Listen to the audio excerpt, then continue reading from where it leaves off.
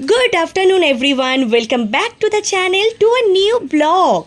So আজকে আবারও চলে এসেছি তোমাদের সাথে একটা সুন্দর রেসিপি শেয়ার করার জন্য।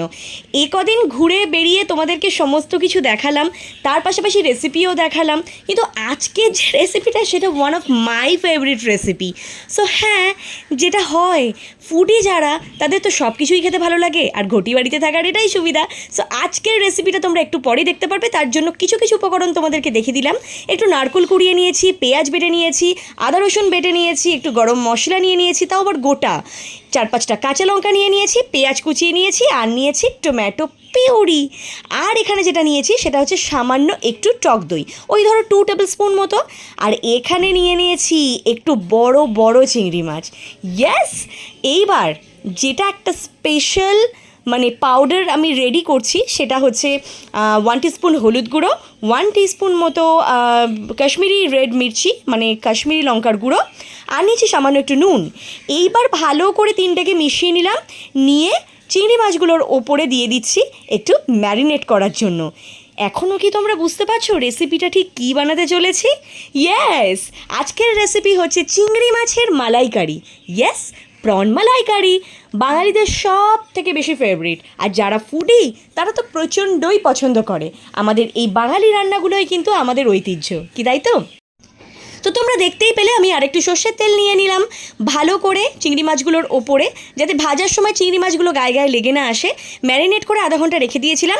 মিনওয়াইল আমি একটা প্যানের মধ্যে কিছুটা সর্ষের তেল নিয়ে নিয়েছিলাম। একটু গরম হয়ে গেলেই আস্তে আস্তে চিংড়ি মাছগুলো ওর মধ্যে দিয়ে দিলাম। পুরোটা কিন্তু একসাথে ভাজার চেষ্টা করবে না, তাহলে চিংড়ি মাছের যে মাথাটা রয়েছে সেটা কিন্তু ভেঙে যাবে, আর চিংড়ি মাছগুলো ঠিক করে ভাজাও হবে না।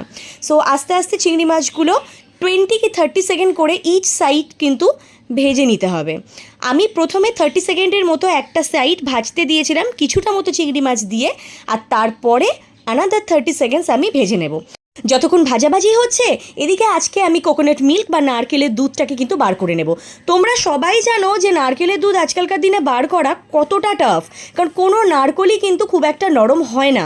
সো আমি কি করলাম, যে নারকেলটা আমি কুড়িয়ে রেখেছিলাম সেটার মধ্যে সামান্য একটু উষ্ণ গরম জল দিয়ে দিলাম, সো দ্যাট নারকেলটা একটু ভালো মতো যাতে সফট হয়।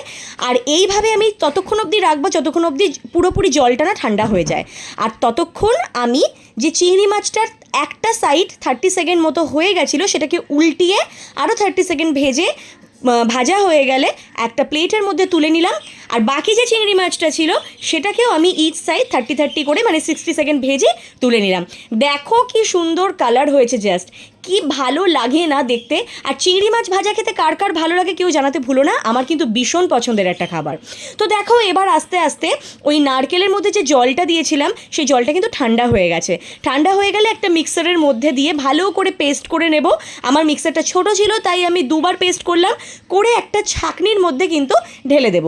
দিয়ে এইভাবে স্পুনের সাহায্যে কিন্তু চেপে চেপে নারকেলের দুধটা বার করে নেব। ট্রাস্ট মি, এভাবে সুন্দরভাবে নারকেলের দুধটা কিন্তু বেরিয়ে যাবে। অ্যান্ড এই মুহূর্তে যে গরম তেলটা প্যানের মধ্যে ছিল তার মধ্যে আরেকটু সামান্য তেল মিশিয়ে যে গোটা গরম মশলাগুলো তোমরা দেখেছিলে, দারচিনি, এলাচ, লবঙ্গ, সেই জিনিসগুলোকে আস্তে আস্তে দিয়ে দিলাম। দিয়ে একটু ভাজা হয়ে গেলে পেঁয়াজ কুচিগুলো যেগুলো আমি করে রেখেছিলাম সেগুলোকেও দিয়ে দিলাম। দিয়ে ভালো করে একটু ভাজা ভাজা করে নেব। এই ক্লিপটা কিন্তু আমি নিতে ভুলে গেছিলাম, যেটা অলমোস্ট আমার প্রত্যেকটা রান্নাতেই হতে থাকে। হ্যাঁ, সবগুলোতে হয় না, কিন্তু মাঝে মাঝে হয়ে যায়। তো একটু সতে হয়ে গেলে আস্তে আস্তে ওর মধ্যে চেরা কাঁচা লঙ্কা দিয়ে দিয়েছি, আর দিয়ে দিয়েছি পেঁয়াজ বাটাটা, যেটা আমি আগে থেকেই রেডি করে রেখে দিয়েছিলাম। একটু ভালো করে এবার এটাকে ফ্রাই করে নিতে হবে। আর ফ্রাই হয়ে আসলে আস্তে আস্তে আদা রসুনের এই পেস্টটা কিন্তু দিয়ে দেবো, যেটা প্রথমে দেখানো হয়নি। এটা আমি অফ ক্যামেরায় আদা রসুনের পেস্টটা করে নিয়েছিলাম। এবার প্রত্যেকটা মশলাকে একে অন্যের সাথে ভালো করে মিশিয়ে নিতে হবে আর সুন্দর করে সতে করতে হবে। আবারও একটাই কথা বলবো, মশলা কষানোর ওপরে হাতের রান্না কিন্তু ডিপেন্ড করে। সো ভালো মতো কষে আসলে টমেটো পিউরিটা, যেটা আমি বানিয়ে রেখে দিয়েছিলাম, আমি একটাই টমেটো নিয়েছিলাম, সেই টমেটোটা আমি ভালো করে পেস্ট করে নিয়ে ভাজা মশলার মধ্যে কিন্তু দিয়ে দিলাম। সো এবার আস্তে আস্তে এটাকে একটু ফুটতে দিতে হবে, খুব ভালো করে জিনিসটা ফুটবে। ফোটার পরে আস্তে আস্তে যে পাউডারটা আমি করে রেখেছিলাম তার মধ্যে সামান্য একটু জিরা আর সামান্য একটু ধনে পাউডার দিয়ে দেবো। আগে তো ছিলই হলুদ গুঁড়ো, লঙ্কা গুঁড়ো, নুন, তার সাথে আমি পরে খালি একটু অ্যাড করেছি সামান্য জিরে গুঁড়ো, সামান্য একটু ধনে গুঁড়ো দিয়ে আবারও ভালো করে মিশিয়ে আস্তে আস্তে প্যানের মধ্যে ঢেলে দেবো, দিয়ে ব্যাস এবার একটু ভালো করে মিশিয়ে নিতে হবে। মানে যেরকমভাবে আমরা সবাই রান্না করে থাকি, আলাদা করে তো কিছুই বলার নেই।